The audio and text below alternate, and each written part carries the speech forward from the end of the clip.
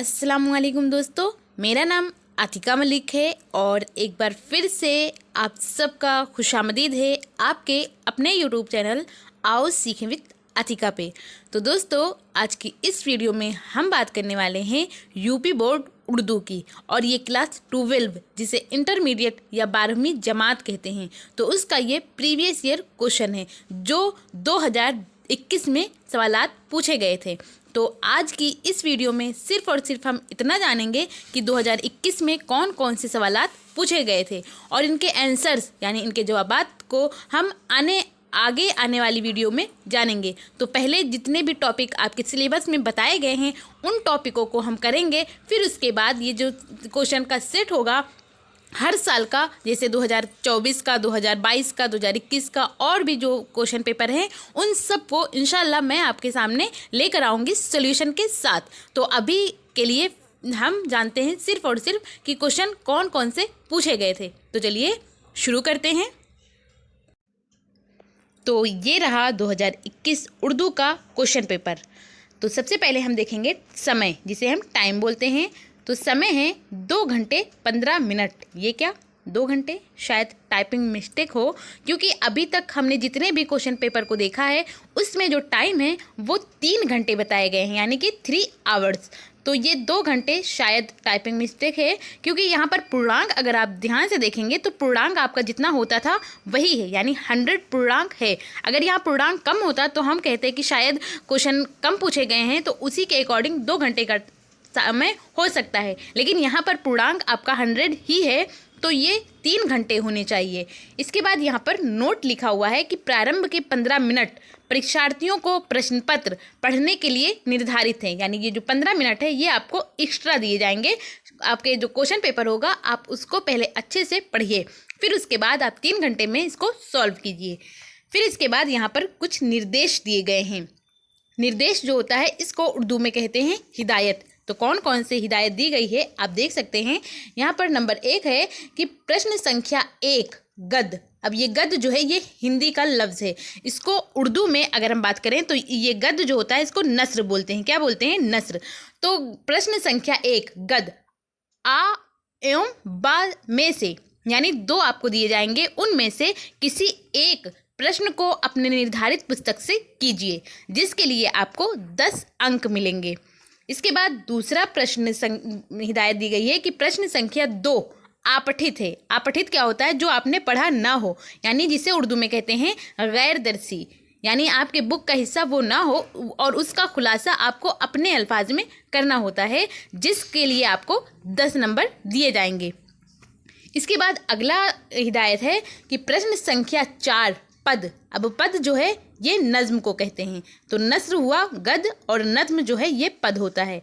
तो नज्म जो है ये पद आ एवं बाई, इसमें भी आपको 2 देखने को मिलेंगे, 2 नहीं बल्कि 4, क्योंकि यहाँ पर ये भी लिखा हुआ है कि अपने निर्धारित पुस्तक, एक होता है अदबी सिपारे बुक का नाम और एक होता है अदब पारे। तो जो बुक आपने पढ़ी हो उसी में से किसी एक को सॉल्व करना होगा, उसकी तशरीह करना होगा सियाक व सबाक के साथ, जिसके लिए यहाँ पर आपको फिर से 10 नंबर ही मिलेंगे। इसके बाद अगला हिदायत देखते हैं। हिदायत नंबर 4 जो है इसमें बताया गया है कि प्रश्न संख्या 5 और 6 में से कोई एक करना है, जिसके लिए आपको 20 अंक दिए जाएंगे। इसके बाद 5वां हिदायत है कि प्रश्न संख्या 7 और 8 में से कोई एक करना है, जिसके लिए आपको 20 अंक मिलेंगे।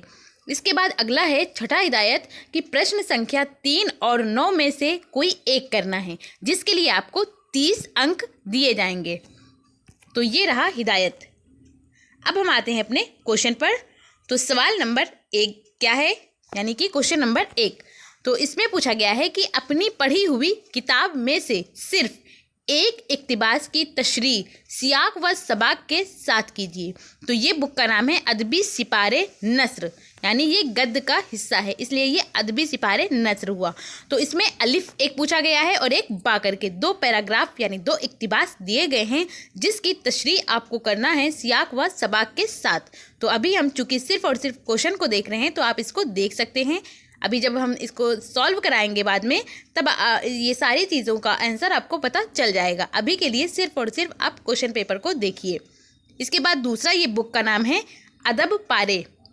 तो इसमें भी 2 पैराग्राफ आपको देखने को मिलेंगे। टोटल जो पैराग्राफ है वो 4 पूछे गए हैं। तो इसमें से आप ऐसा ना करिए कि 1-2 करिए, बल्कि चारों में से सिर्फ और सिर्फ आपको एक करना है, क्योंकि जो बुक आपने पढ़ी हो उसमें से एक करना है। तो ये आप देख सकते हैं। इसके बाद अगले क्वेश्चन पर आते हैं, क्वेश्चन नंबर दूसरा।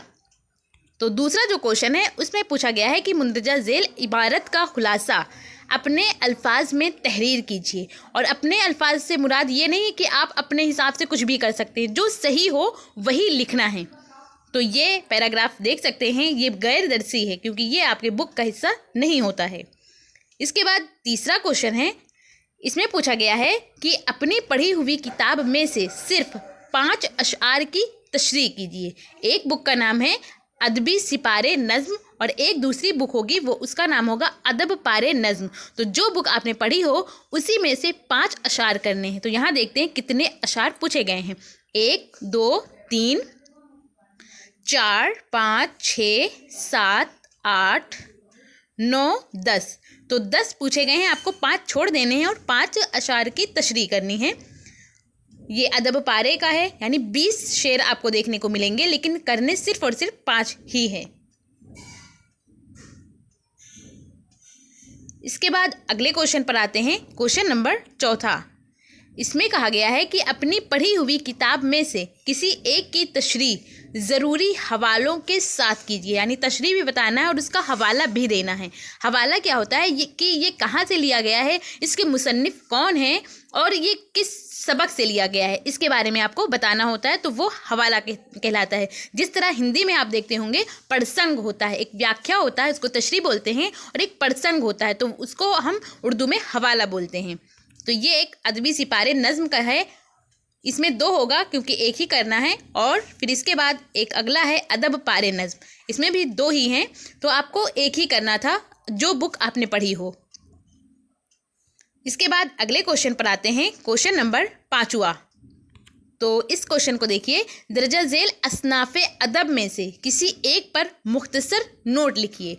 तो यहाँ पर आपसे पूछा गया है कसीदा, मरसिया, गज़ल, मजमून निगारी। अब यहाँ पर आप देखेंगे कुछ जो नाम बताए जा रहे हैं वो हर बार रिपीट होते हैं। जैसे कि ये गज़ल हुआ, मरसिया हुआ। तो अगर आप असनाफ़े अदब में 2 याद कर लेंगे, मैक्सिमम 2, तो आपके लिए ये इनफ हो जाएगा। आप कर सकते हैं क्योंकि वही चीज़ें बार बार रिपीट होती हैं। 4-5 नाम दिए जाते हैं और आपको सिर्फ और सिर्फ एक करना होता है, और कभी कभी 2 भी पूछ लेते हैं।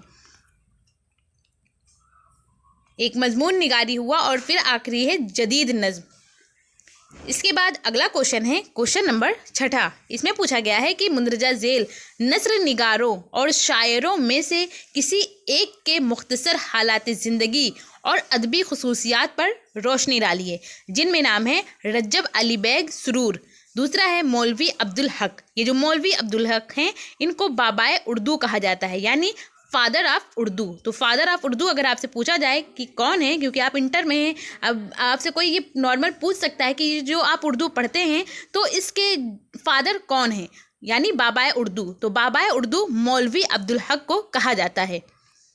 और इसके बाद फिर अगला नाम है मीर तकी मीर, और यहाँ पर 2 नाम और हैं, एक है मीर हसन और आखिरी है जोश मलिहाबादी। तो एक का आपको हालात ज़िंदगी बयान करना है। इसके बाद अगला क्वेश्चन है कि तशबीह, मरातुन नज़ीर, तजाहिल आरफाना, मुबालगा और हुस्न तालिल में से किन्हीं 2 पर नोट लिखिए और मिसालें भी दीजिए। तो ये सारी चीज़ें हमने कराया हुआ है, जैसे ये तशबीह, मरातुन नज़ीर, ये चीज़ें आपके हाई स्कूल में भी पूछी जाती थी और इंटर में भी पूछी जाती हैं। तो कुछ चीज़ें नहीं कराई है जो आपके हाई स्कूल के सिलेबस में नहीं था, जैसे ये तजाहिल आरफाना नहीं था, मुबालगा नहीं था, तो ये इंटर में ऐड कर दिया गया है। और ये तशबीह, मरातुन नज़ीर, हुस्न तालिल, ये आपके हाई स्कूल का भी हिस्सा था और यहाँ इंटर में भी ये पूछा जाता है। तो ये इम्पॉर्टेंट है, आप इसको देख सकते हैं, आपको इसी चैनल पे मिल जाएगा।